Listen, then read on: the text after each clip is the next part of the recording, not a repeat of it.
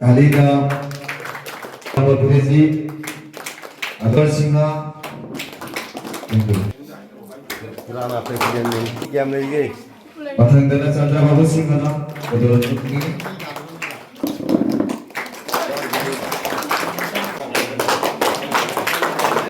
Today is a proud and memorable day for commitment, discipline and passion for education have touched the life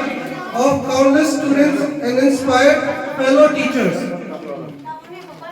Through their hard work and sincerity, they have not only taught lessons from books but also values for life. Though they are retiring from service, their teaching and memories will always remain alive in this school.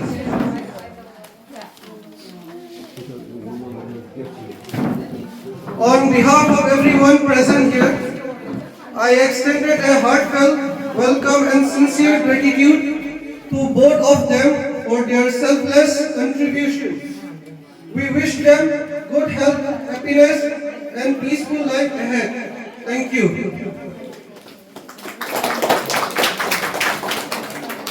Oja nungsiraba matam kuina school asigi awadapa awanungai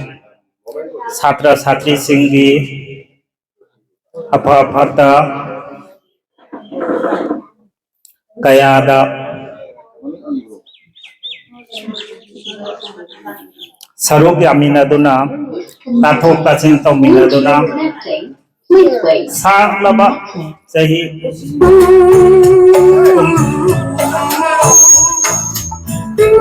sang laba sahi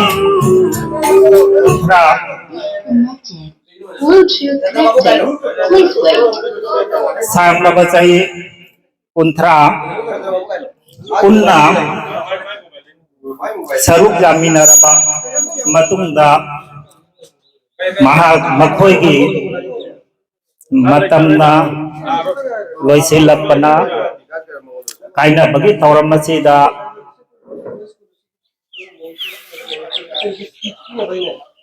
saruk jabiriba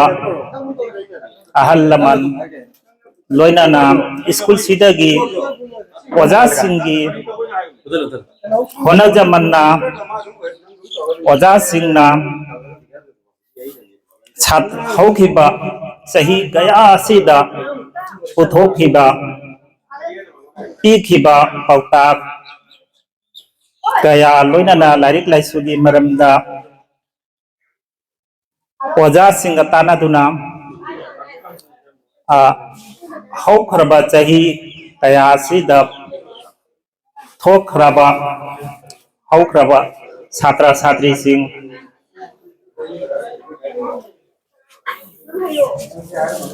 loi punsi ki thaugang kaya puduna ngasi su khonggang ngasi ki chapot thauram kaya da achoba mangjing phaduna thaudang puriba senior ex student singbu maru oina akhoigi ojagi taraptagi masigi kaina bagi thoram masida saruk jabira bagi dama oja singi maikitagi nolup seri ngasigi thabaktagi potharaba ojani sigi momento ama khaktangai kusham najadringai mamangda ai momento se ngasi aigi nungsijaraba matam punamakta school sigi mai sanga sigi awada pa kaya da mention don lagiraba aigi wajani gi mapamda ngasi aigi thamoi gi warol khatang ai tanthok saramge momento aina kaida mikupta piba thamoi gi warol oja thakpam nilkando singho मतम थबक की मतमना 6 to 1989 दा mark join तवनी थबक तगी पथावना 31/12/2025 इंगदा assistant teacher होइना ME school असिदा मार्क तंगलखिबनी ओजागी सिंफमदगी पथावा नुबित सिदा सैथाजबा ngasi ekhoi chhatra chhatri school git guardian sing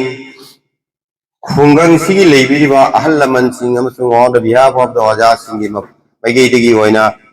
ngasi eigi oja gi sinpham dagi potharaba numit asida ina seithajaba mate katam ai tanthok sage oja ibungo adom na matam sang na bhai sang ngasibu mai thong makalam na aphaba mahiroi puthok naba lamjing lamtak piduna mangal gi taibang amada mahiroi singbu khongda hanbagi pandamda punsigi maru oiba sinpham amani khanduna tathokpagi pukning ihulda ngak senbiramba thaudang boning singjaduna Hidam ningai oiraba ojagi matik mayai seithajaduna ngasi December gi tang 13 Krishna kumja listing ama kunmanga thabaktagi pothare waxing gi tarani thoini panba jumje kaise numitpu imoinu ira numida sida ojagi sinpham thadok lamdai mikup sida ojabu thamoi singna ikai khunajari ojani sina thabak potha ki basi December gi tang 13 2025 tani adubu khudong chadaba khitang leikibadagi akoi phibam chadaba ngasi ekhoi makoi anigi kaina thorang asi ekhoi sinjabani aduna hojiki ojagi punsina nungthil gi matam moiraklabada pukning nungsirakpa mikup sida adonga loina chanaramba oja sing mahiroi sing guardian sing alumni chhatra pumna bakku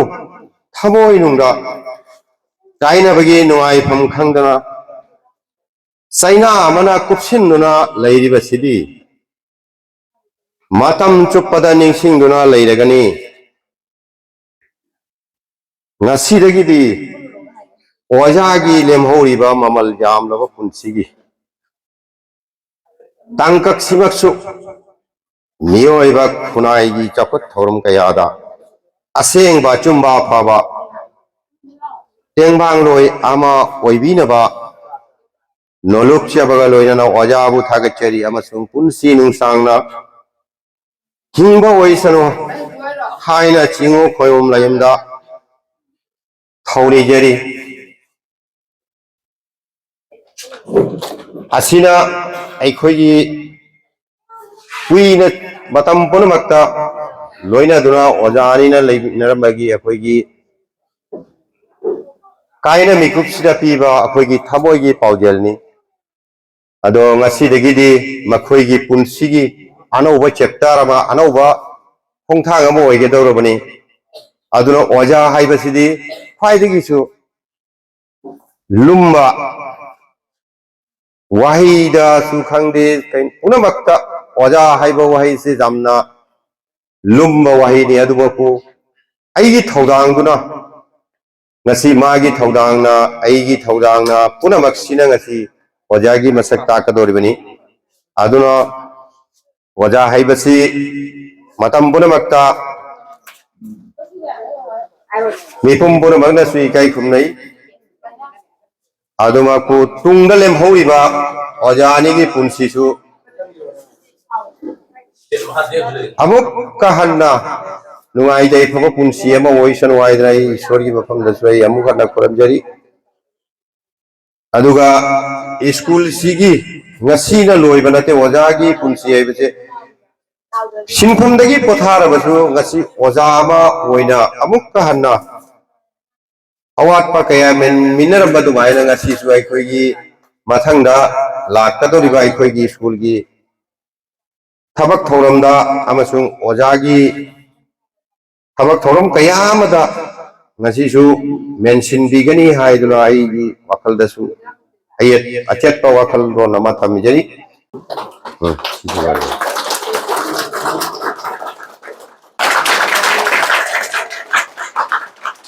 ngasi se nungai ba haigdra awa haigdra ai gi wakhan di ai kamning ma ka ngai re wa cha yam sang hai ba moi dori maram di oja haiba wahai simak masai oja headmaster na phongdu pirame yamna lumba wahai ni oja haiba se thabak thorum pumna makta oja am loina le oja se छात्र के सो जाम नक नब मरी नि ओजा का छात्र के मर की मरी सिकी कनामुक अमुक चंगै पसम द लेते ओजा ना छात्र नुसी छात्र ना सो ओजा ब नुसी अनि की नुसी न बगी मरक त करी को पोसक अमता थंब जारोय थंबम सु लेते अदुन मरम ओरगा खुंगंग असिदा ओजा ओबिरिबा ngasi थबक पोथा गरबा ओजा अनिसिना छात्र मयाम सिबो उनसिगी लंबी खुदिंग मक्ता अपन पंदा अफा नुंगाई पौता पौरो कया पीदुना मंगिन थानबगी रंग खनबदा अंगंबा शक्ति पुथोक्तुना मसागी लेजबा पैसा लुपाना चिंबदा चिंबा मतेंग पांगदुना मखोइबु ताकबिरई तंबिरई ngasiदी मखोंगना चटबा ngamba खरसु जावरे बिन ममाई पाहंजरे मसा मसाना आइना कैदौकी ओजाना लान किदबरा कई तबम थोई हाइना चिंबा मसा मसाई वाखन खर खन बदि ngमजरे अदु मनसु पुसिगी पंथुंगदि जौद्री ओजागी मतेंग मथौ मयाम सु तसु तारी अदुना आइना हाइजनिंगबदि आई यामना सांगना हाइजरोगे अखोइगी थबक्तगी पोथागर हाइदुना ओजा सिंगनसु स्कूल की मथौ ताबा मरिन बकुतिंग मक्ता मतम पुनमक्ता खुसम दबियु हाइबो हाइसु मतंगै फोंदोक चनिंगी नुंगाइते अदो ओजागी माइगैदा आइना हाइजनिंगबदि ममांग थाबदा हाइरुदबा वहाई तौरुदबा थबक कया अमा लेरम तारगसु ओजाना कना नति हना खनबिरगा वरो प्रो तौदना नुंसी नुंसी नोना नोना काइना रसी हाइबदो हाइजनिंगी असी हारगै tension जरगे ngasi haiba namiche khwaidagi hena thawai waba haigdra natra nuai ba haigdra amadi marakta haiba ngamdaba amakak leire maramde oja haiba min tholase hajikta aigi iyamana mayak singna takpirame aduga amuke hena mayak singaningbadi oja haiba wahai asima isagi haiba leijaba pumba kathokpa ngambagi pangal leiba maduba asengba oja amane haina aina lowi hainingbadi kongai ma leikre adubo ai yamna sangna haibase hadi matam khar lawgadra aduga ai ithokjabo oina amakak aina pujare ithokjabo doi pajarake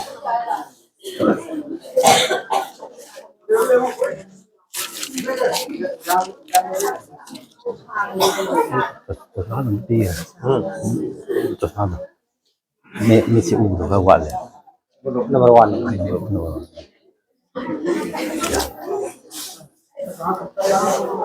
Aina thamjaning ba irei ba asigi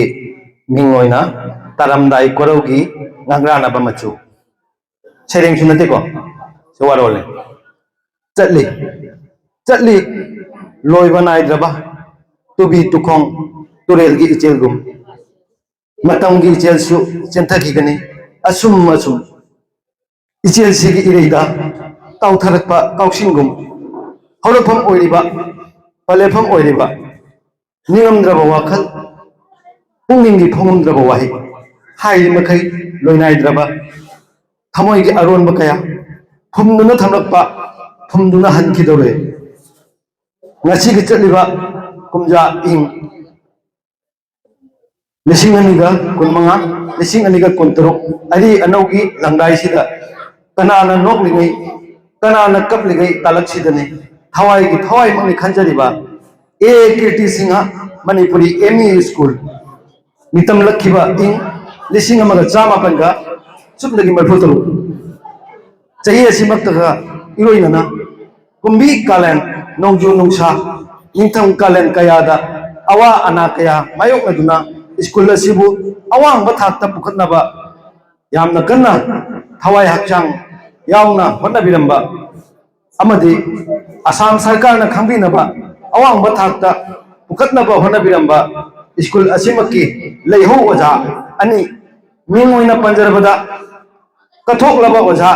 atopam khomba singha kathoklaba oja atopam Nilakanta Singha ngasidi oja anigi sintha loriduna taramdai kurugi nangranaba machugum ningamda aikhoi khwai mayambu thadoklamdai mikup asida pamlibadi aikhoina natte oja anigi milugi pirang natte oja anigi pendaba warol amatta ngairaba aikhoina pamlibadi oja anidagi mamon minokka loinana tunglam chatki oiba chanbi wahai adutani harauna bidai piramba adutani se hairega ai lasindu school असिगी अखोगी ओजा ओइना फमपुबिरंबा अखोगी ओजा कोंबा अमसुंग अखोगी ओजा Kanto सही कयादगी school असिदा ओजा ओइदुना छात्र छात्री कयाबु ओजा अनिगी मखुत्तगिसु नसी मी कयामा अफवा छात्र कया थोक्तबसु नते अदुना नसीगी अखोइगी ओजा कांतो अमसुंग ओजा कोमना नसी रिटायर डेट 31 दो ओइखिबसिदा नसी नुंगाइतबा एमएमएम फावे मरमदि इसामक्सु नसी school असिदा तमखिबनी अदुना ngasi wazani na retire oibasida ngasi waza kanto amasung waza khombana ngasi tambirakpa afaba kaya pakra kaya ngasi akoina inna chatkiba amasung discipline kaya ahal namanda thaksi khasi kaya takpi khiba asigi matungina wazani masu haningai letana thagale aduga ngasi wazani na retire oire hairagasu ngasi wazani bu ngasi wazadagi topanate maramdi ngasi wazani na ngasi jumda leiragasu ngasi tambirakpa takpirakpa singudi akoina leiringai inglingai punsi sijo akoi matam supada kaujaroi wazani bu matam pumbada tekta kaidana nada yektadana matam punamakta punsinuang sangna leibo isano haiduna ngasi aigi mafamdagi wahai asi thamjaraga matang asida losinja tasengna hairada ai samar school asidagi tam khibas mahiro emoina horokpani do punsigi sahi ohum school asida in tamjarapase ngasi aigi punsida asigi sahi ohum se dum matam punakta leirani memory emoina leirana ngasi school asigi oja singna oja ni sina ngasi retirement oigedaba school asigi oja ama oibata natana leira lakai asigi imung manung amagi family member emoina thobak thoram sapat thorang kaya da kusamlana chamina rai aduna oja ama oibata natana oina imung manunggi member amani manunggi kaino mane kai amatani osadagi hena ana tana yado mari lei aina ina thamjaningi tasengna hairabada oza aibuse koi ima ifa da oza ga se sangdam na bayai koina kai gumba fa thamagama toba taragadi kwaidagi koibu mathamoi da penjaba mi hai gadra ase ima ifa ga oza ga sina putei hena aikoina mai pa ko matamda chauthokchaba haraujo khorong badraina ai khanjai doga loinana ozasna kathokpa ozagi kathokpa se kainodi isada leijariba gunje aigi mahiroi aigi chhatra duna leiba punamak pithokpa ngamase asi ozadagi henba leite asigaina oza aina panjariba se lai takpo oza khatana teko ozada makhan yamni akoigi makhan makhan gi sintham suba sisu oza makhalamani aduna सिगा सिता नतना असी अइना हाइजनिंगबदी अखोइना school असिदा तमजरकबदगी अइना खंजबदा असी सिदगी हौकिबा महिरोइसिंगना मफम मफमदा थोकिदुना मागी fill हाइगदा government थबक तौबना तौरे तौद्रगसु इसागी माइ पाकपा मियमो ओइनबा खुनादुना असी माइ पाकपा मी कयामा यावरी माइ पाकपा से तसेंगना हाइरगदि अखोइना कइनो थबक तौबो तौदबा सिगा लेइतेको माइ पाकपा से आई इसाजे इसाना करिनो खंगना अचुम्मा लंबिदा चटपा ngamba अचुम्मा ngang ngamba लोइना इसाना इसागे मिगोंदगी तांगजदबा अदुगुंबा तौदो माइ पाकनेना लौजे अदो अखोइगी ओजासिंगना अखोइदा मतमंदा ताकपिरपा ओजासि हाय ओजासिगी ताकपगी कइनोसे टेक्निक हाइगद्रा माइ ताकपगी जेंगा सिसु कौजदे अखोइददि अखोइगी काइखुना मिंगोइना पंजरबदा अखोइगी ओजानिला कांता ताकपिरबजे इंग्लिश दुओइना ताकपिरै asisu kaujade mana matamdo takki ba english to gi porasing adum ningsing le aitare aduna jasing sina thamliba koida thajabase kaino ni aikoina tungda afaba mi ema oiba karam haina koibu afaba lambi da takki ani aduni loina mahiroi sing hoji hoji school sida tamliba mahiroi sing da ina haijaning badi school असिगी मिंग फजबा पुरकपदा अखोइना थौदांग लौसी खुनाई गिसु लौसी अखोइ खुनाई से तसेंगना हाइबदा यामना सोतरबा खुनाई अमोइना उबो फांगे अदुना छात्र की थौदांग से करमना खुनाई से अफो लंबीदा पुगने से छात्र की हजे हौगलाइबा छात्र सिंगना मरुएबा थौदांग लफम थोक्राइना खल्ली सिगा आइना ओजानी की दमकता समजरबा खुदोल अनि गदंग पुजरै अदुतंग लोबी नबो ओजासिंग दैना निसिंजरी असी हायरगा लुसिंजरगे मैम अखोई ओजा अनिना रिटायर ई केनो लौबसे ओइखिबसे अखोइदा यामना नुंगाइतबा फावी ओजा सिंसिना अखोइदा ताकपि तंबिरक्तुना असी छात्र मयामा अइसु यावना मामागी सिनफम अवम लोइना तौरिबनी असी ओजा सिंना ताकपिरक्पदा अखोइगी LP ME स्कूल अनी से यामना फजना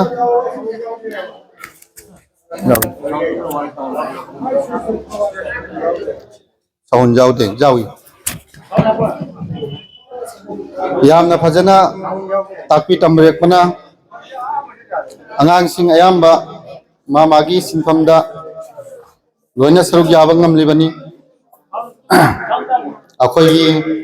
इनाव मखोना सोहाइग्रे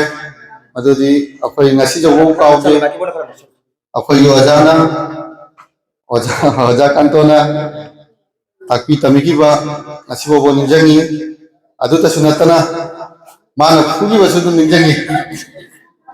अदोको अदुना फ्रम जगति ngasi अखोई जामना खंगम दबसु जाय यामना हैरमदबसु जाय माना ngasi चप चाना वारक वातेमदुना इंग्लिश सब्जेक्ट सिगा फजना ताकपिरै अदुवकना अखोइ ngasi इंग्लिश स्टूडेंट अमगा फेस तवदबो ओजागी मतेंगदगी जामना नोथखिदे आइना लौजनिंगी अदुना ओजाता सुनते अखोइ सिगा एमई स्कूल दा LP दगी ME दगी होकिबा छात्र सिंह माय मागी यामना फजना लाइक हैबा हैबदो अयामना अखोइ जयपुर लाइक हैसे स्कूल अनि से लेरमदगदी लाइक हैबगी चांग सुवालंग मदबनी अयाम बलोइना लाइक अतोपा कम्युनिटी मया कादेसा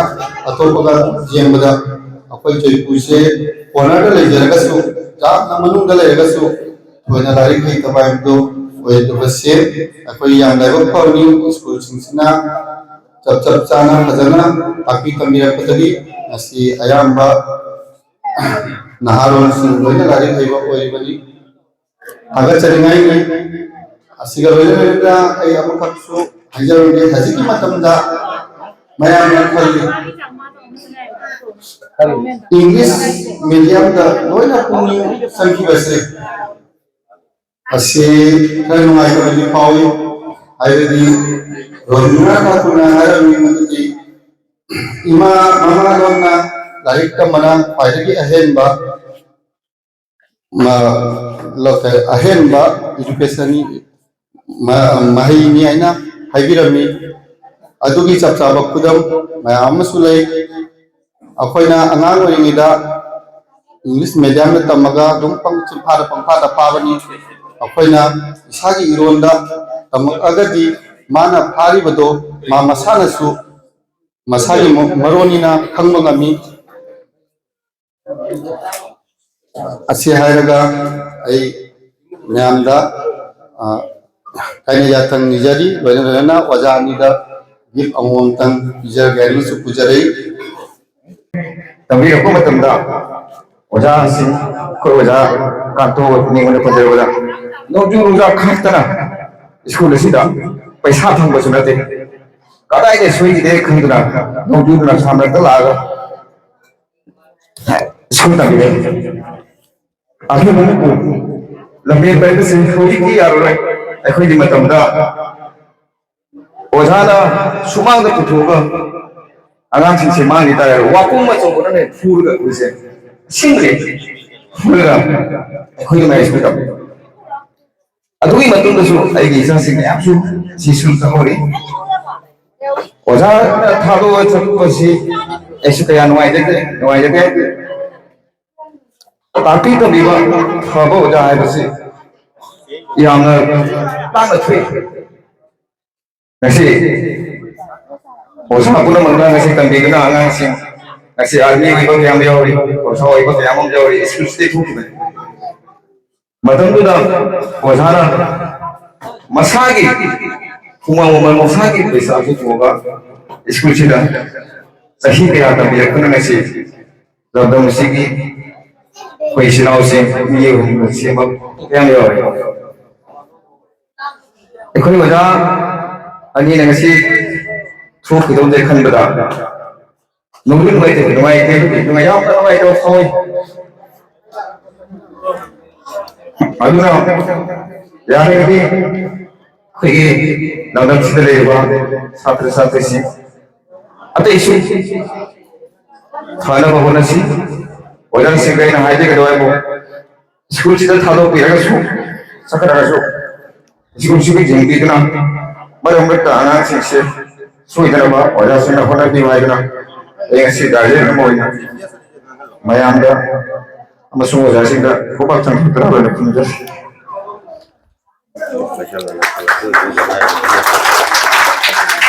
Macam sih ni. আজকে আমাদের কৃতিশিনামী স্কুলের সহশিক্ষক শ্রী এ নীলকান্ত সিংহ স্যার এবং হিন্দি ভাষা শিক্ষক এইচ খম্বা সিংহ স্যার, ওনাদের আজকে বিদায়ী অনুষ্ঠান, ওনাদের কর্মজীবনের সমাপ্তি ঘটেছে।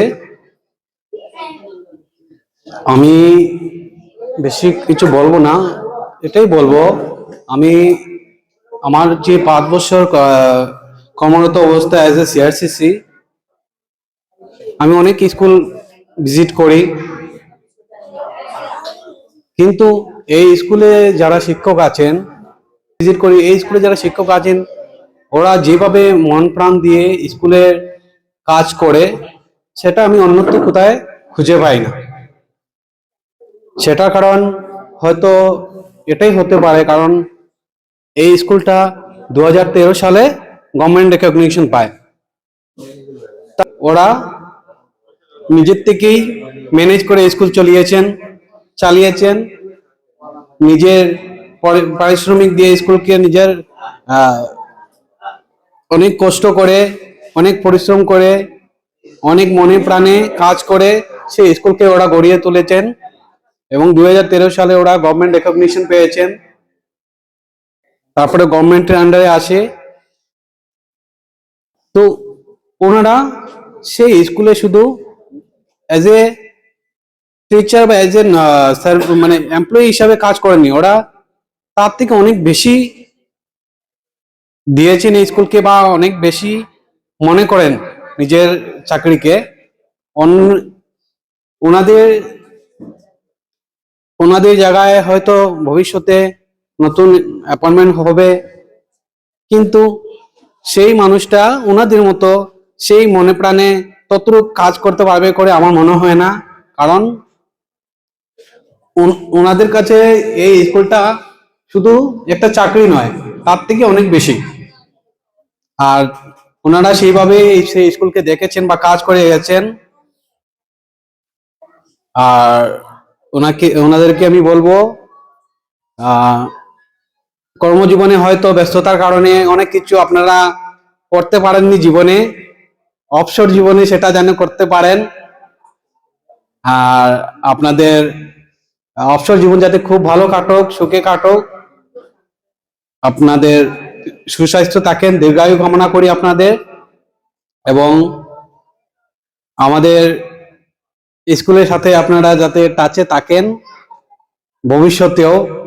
অবসর নেওয়া সত্ত্বেও যাতে মাঝে মধ্যে আমাদের স্কুলে আসেন। আর আপনাদেরকে আমি আমার অন্তঃস্থল থেকে ধন্যবাদ জ্ঞাপন করছি। এই এত মনে প্রাণে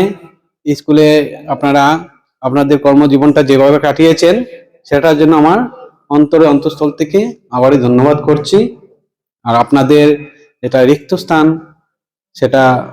পূরণ হলেও, নতুন অ্যাপয়েন্টমেন্ট দিয়ে পূরণ হলেও আপনাদের রিক্ত স্থানটা থেকেই যাবে আমাদের মধ্যে। আপনাদেরকে অনেক মিস করব, এবং আপনাদের অবসর জীবন ভালো হোক, সুখে শান্তিতে আপনারা থাকুন, দীর্ঘায়ু কামনা করছি আপনাদের। সেই বলে আমার সংক্ষিপ্ত বক্তব্য এখানেই শেষ করলাম। Thank you.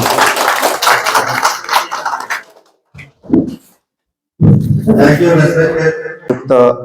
A Nilkanta Sinha sir এবং খম্বা সিনহা স্যার এবং মঞ্চে উপবিষ্ট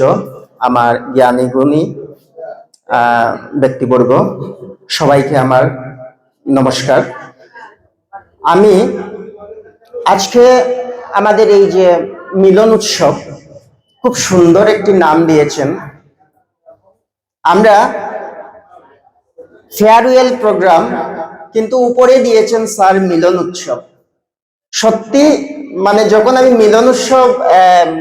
এই ব্যানারের মধ্যে দেখেছি, আমার মনটা অন্য একটা মানে মনের মধ্যে আশা জেগেছে, অন্য একটা ধারণাও তৈরি হয়েছে। এই যে ক্রিয়েটিভিটি দেখেন, আমাদের যে মিলন উৎসব, আমরা মিলন উৎসবটা আর বিদায় সংবর্ধনা, এটা পুরোপুরি আলাদা ব্যাপার। এবং আলাদার মধ্যে যে দুটোর মধ্যে একটা এক করে নিয়েছেন, সবাই একসঙ্গে মিলিত হয়েছে। এবং কিসের জন্য মিলিত হচ্ছি আমরা? এই ফেয়ারওয়েল, আমরা বিদায়ী সংবর্ধনার জন্য যে শিক্ষকদের আজকের দিন থেকে মানে ওনারা কর্মজীবন থেকে আজকের দিন থেকে ওনারা বিরতি নিচ্ছেন, এবং ওনাদের সাথে সবাই মিলার জন্য এসেছি, দেখা করার জন্য এসেছি। কারণটা হলো একটা ভালোবাসা। এতদিন যে আমাদের মধ্যে একটা ভালোবাসা ছেড়ে গেছেন, এতদিনের ভালোবাসা, প্রথম থেকে এই স্কুলে ওনাদের হাতে গড়া স্কুল। স্যার, আমার পূর্ববর্তী বক্তা রজত স্যার বলে গেছেন 2013-তে স্কুলটা প্রভিনশিয়ালাইজ হয়েছে, তার আগে থেকে স্যাররা এখানে খেটে গেছেন। আমি এই ক্লাস্টারে 2015 থেকে এই ক্লাস্টারের চার্জে ছিলাম,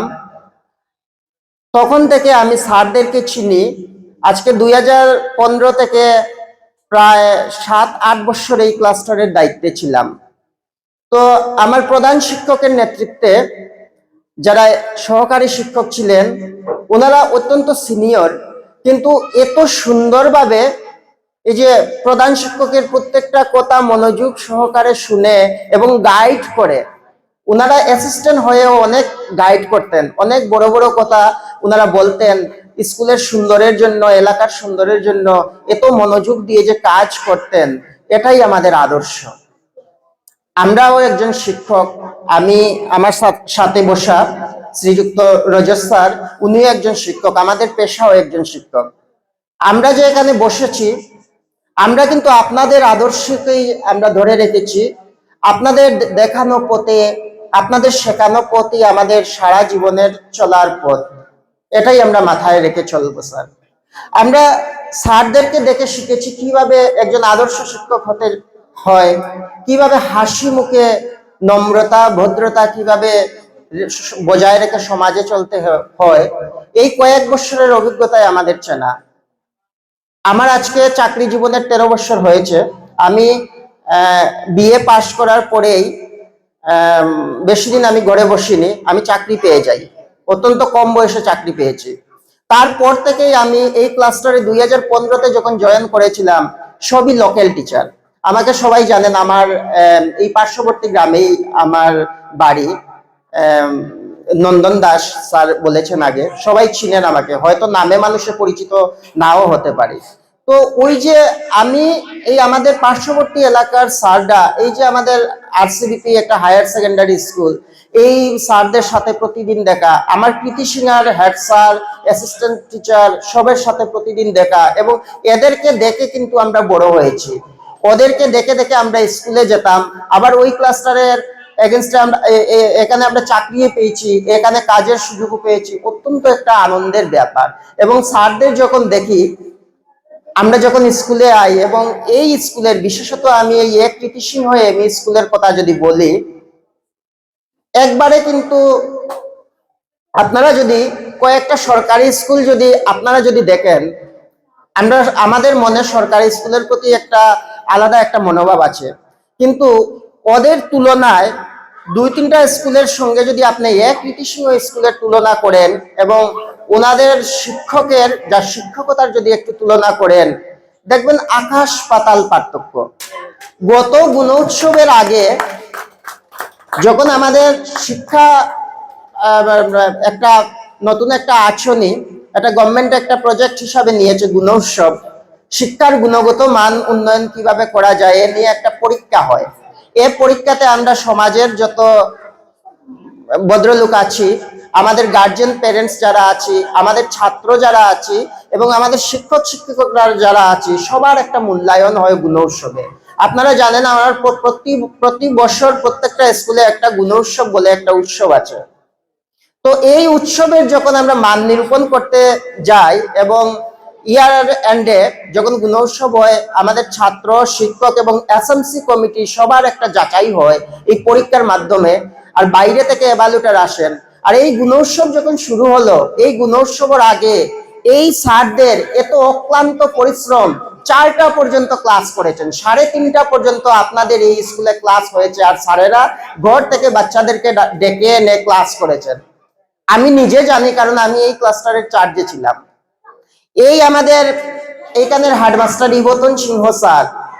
এত পরিশ্রমী মানুষ, এবং ডকুমেন্টেশন, কাজের যে ডকুমেন্টেশন, কোনো একটা আমরা অফিসে যখন, আমার রজস্টার সাক্ষী আছেন, কোনো কাজের জন্য আমরা অফিসিয়াল ডাটা যখন প্রডিউস করা হয়,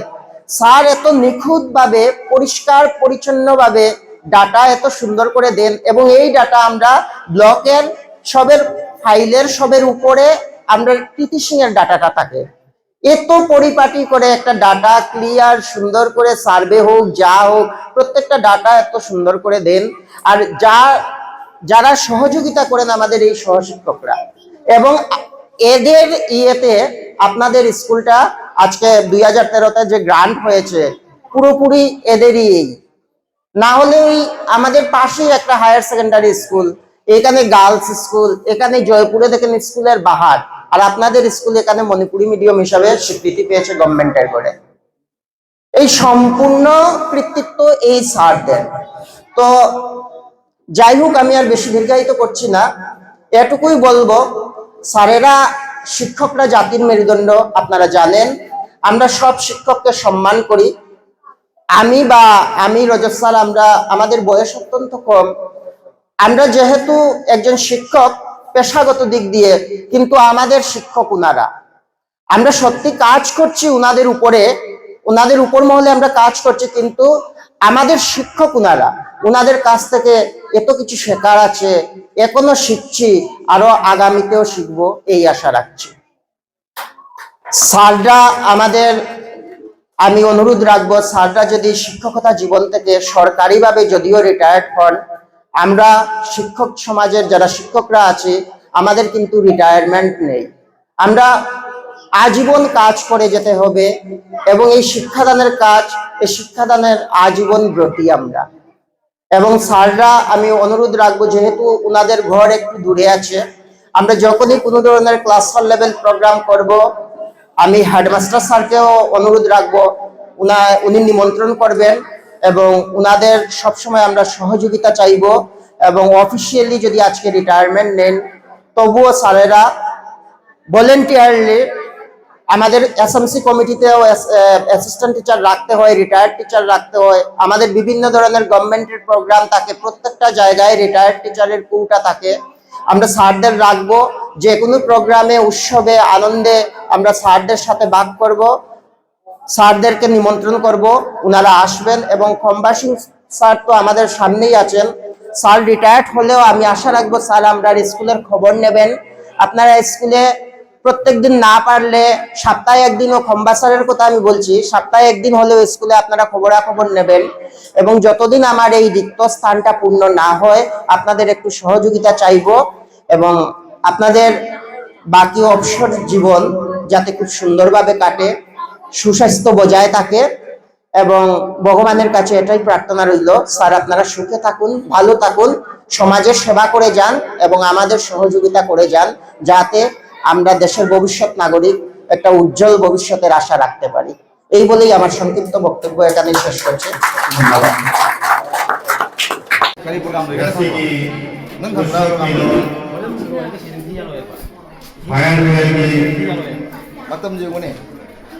Apang lang talengin biri ba school sigi bifam apoi bi ba amasung apoi gi apandegi lengken ba respected chief guest Nandan sir, CRCC Control class, guest of honor CRCC Nandan Das, Control class sir. Aikhoiga school amadato lainiramba Nushijarwaigi Hindi teacher amasung assistant teacher wina kabak kuminiramba wajah animak amasung aigi manglengin diripa guardian sing LOD committee student Kunsigi indiriba halaman pura magkuswaina horong masibu nasigi horong masibu mapunghan bagi dabakta ina hinana amukai ko kondra pranjari school sida ikoi homina rakoni adubu hattaba chumdaba afaba sabak kayama na koi saruk jamiragi Suai di bangga baca orang suai koi masih nama tadi family yang bagi ibu nama tadi hai naik koi kasih lagi waktu dah penjara tunggalan dia tunggilakan apa fungsi dia hoja hari ini tunggilakan apa fungsi dia nuai itu dari program bolu juga kasih fungsi nusa depan oh itu hari lagi di kasih di pembase Loisan daga chamana rahe bajare loisan jare ke president ki on behalf of the president ki wow ini waron je samjar bani Ahanba magdada masigi timbiriba ojalai guru magruk mapang sadra sadra ni apanda loyangan basingana ikok na nakumjali masigi aina pathuk chagadaba saringa sige amin kaina ramda ay matkupsida saringa sibu ibiragpa ay gibapa Masigi kaina ramdai aroiba mikupsida karibu haigadaba karibu tamgadaba haiba tamba amattabu ngamdare imittagi irasin tharagay matum haningba tamningbadi kayani adubu amattasu thokide aigi chinban sidagi aigi khorjai chindagi adubu amattang di panjaramge jopur ko wiptik labakungga larimbi imana masai kol bu oribi hungang masimak tara mehul tamlakhiba english magachan mabanga मरफू तरुक कुमजा सिमक्तदा A Kirti Singh Manipuri ME school सिमक्तगा हुदुक पिनरक्खिबा मतम मतमगी इचेलता थेंगरक्खिबा नोंजू नुंसा कुंबी कालेन अवा अना कया खंगमिन्नरक्खिबा इसागी ओइजबा मचेत अमता खाक्तना छात्र छात्री सिंगीदमक खंदुना वैखुना मचा सिंगीदमक मपुंसी कत्खिबगुम school सिमक्की कथोक्लबा ओजा ए कुंभ सिंह कथोक्लबा ओजा ए नीलकांत सिंह लोइरबदा ngasiदी ओजा ani ki sintha thadokuna chalamdai mituk asida pamlibadi asimatang aikoina natte oza ani gi mitlu pirang natte oza ani gi pen deba waro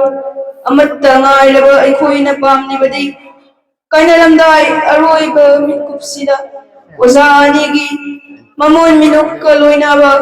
yai phawaro agani tunglam chatki oiba yai phathaujar adani harauna bidai piram khiba mikup adutani harauna bidai piram khiba mikup adutani rojare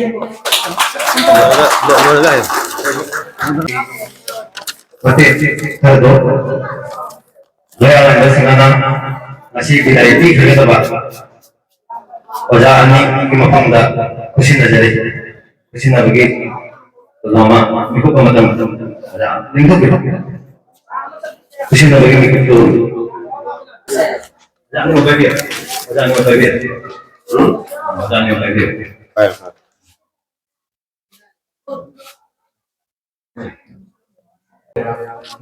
isu ya bagi isu sampai mana sampai isu tu kan kalau kerana saksanya ada suatu laga suatu musa begitu.